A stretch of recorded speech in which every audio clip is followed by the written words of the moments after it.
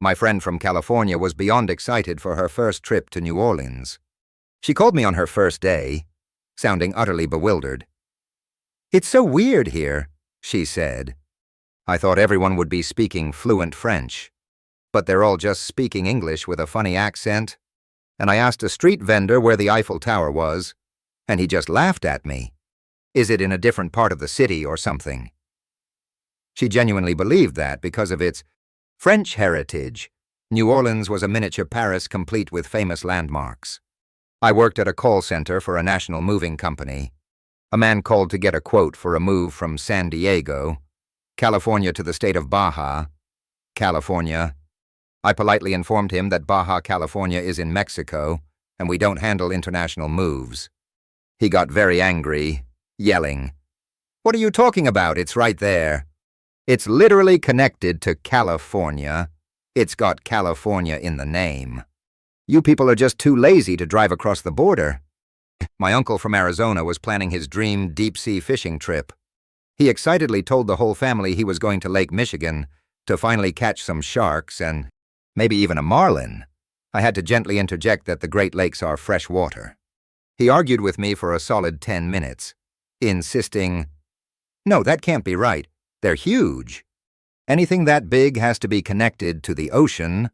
They probably just call it a lake, so they don't have to put up shark warnings and scare all the tourists."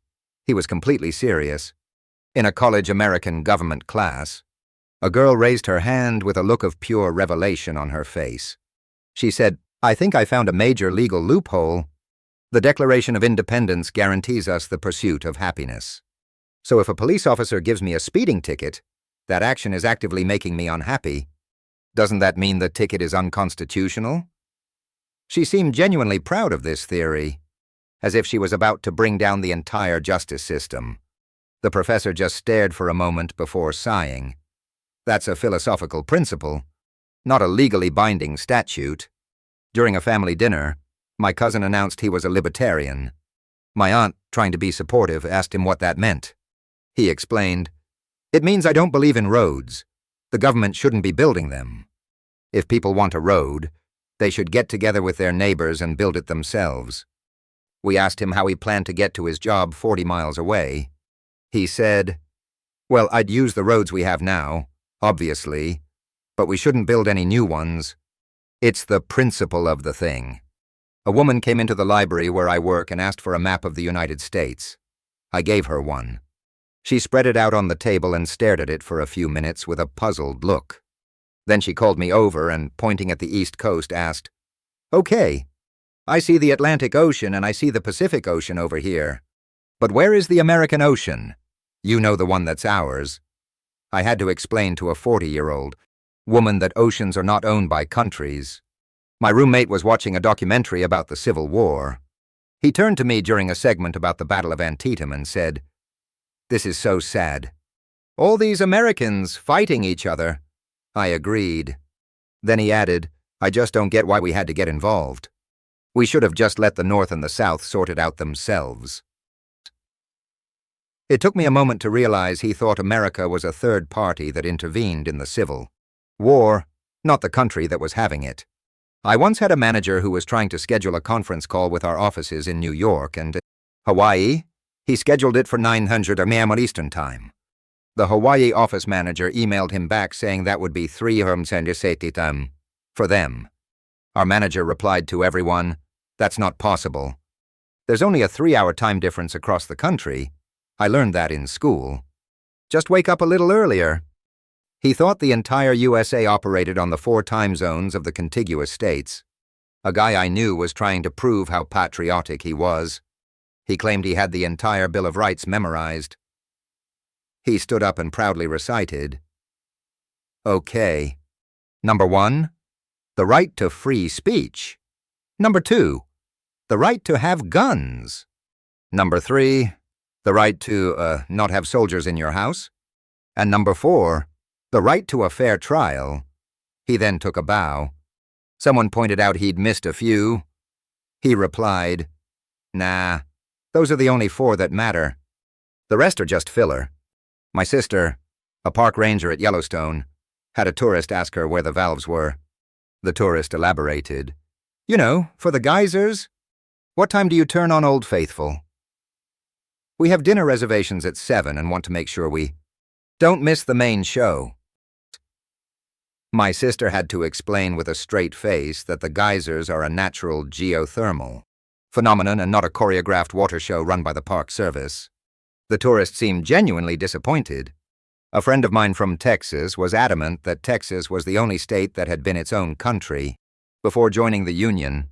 When I mentioned California's Bear Flag Republic and Hawaii, he got defensive. Those don't count, he said. California was just a bunch of hippies for a few weeks, and Hawaii was a tropical island. Texas was a real country with an army and everything. It's in the history books. I overheard a conversation where a young woman was talking about her upcoming vacation to Las Vegas. Her friend asked if she was excited. She replied, "Totally, but I'm a little nervous about the language barrier." Her friend looked confused. The woman continued, "Well, it's in Nevada, right? And that's right next to Mexico. So everyone there probably speaks Spanish. I've been practicing on Duolingo."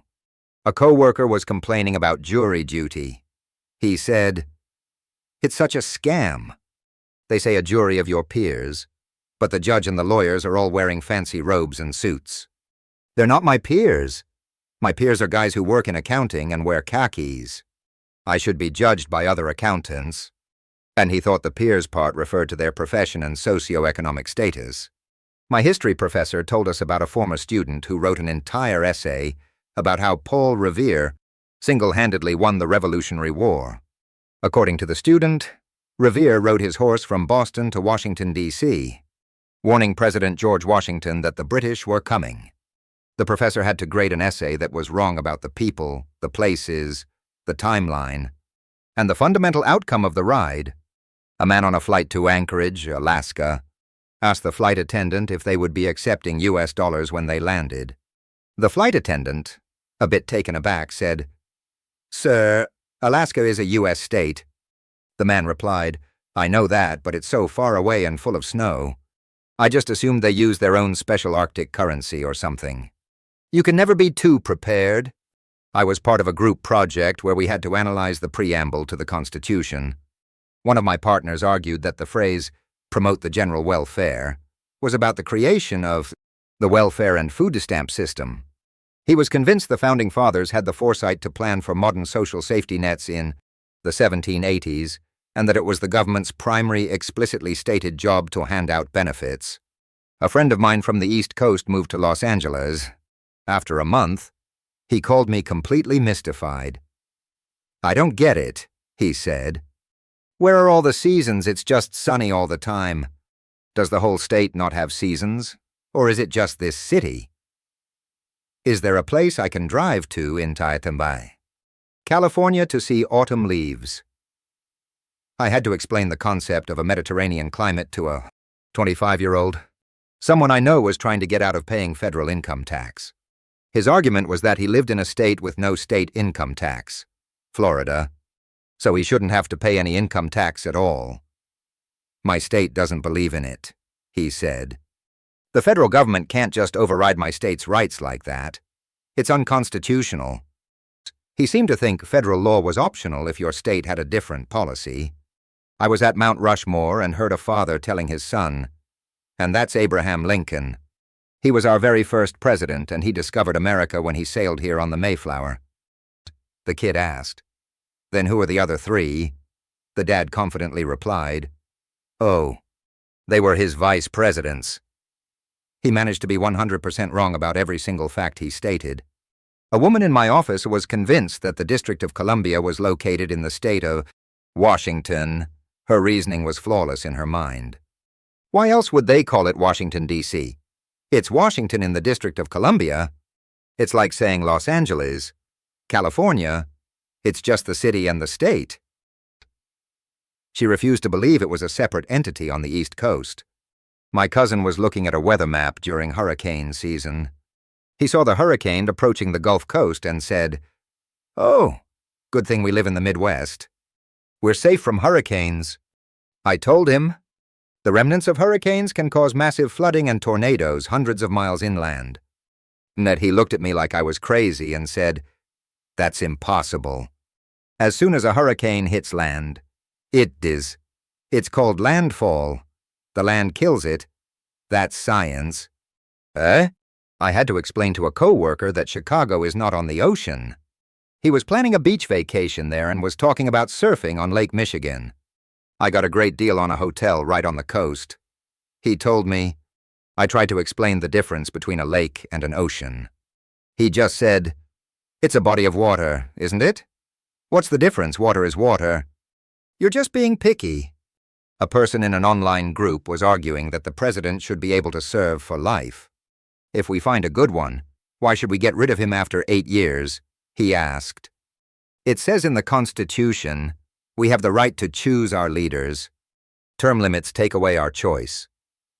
Someone had to post a screenshot of the 22nd Amendment. And he replied, "Well, that's a stupid amendment. We should ignore it." My friend was trying to plan a weekend trip from her home in Phoenix.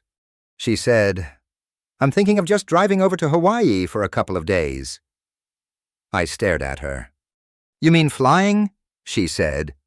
"No, why would I fly?" I looked on the map. It's right down there off the coast of Mexico.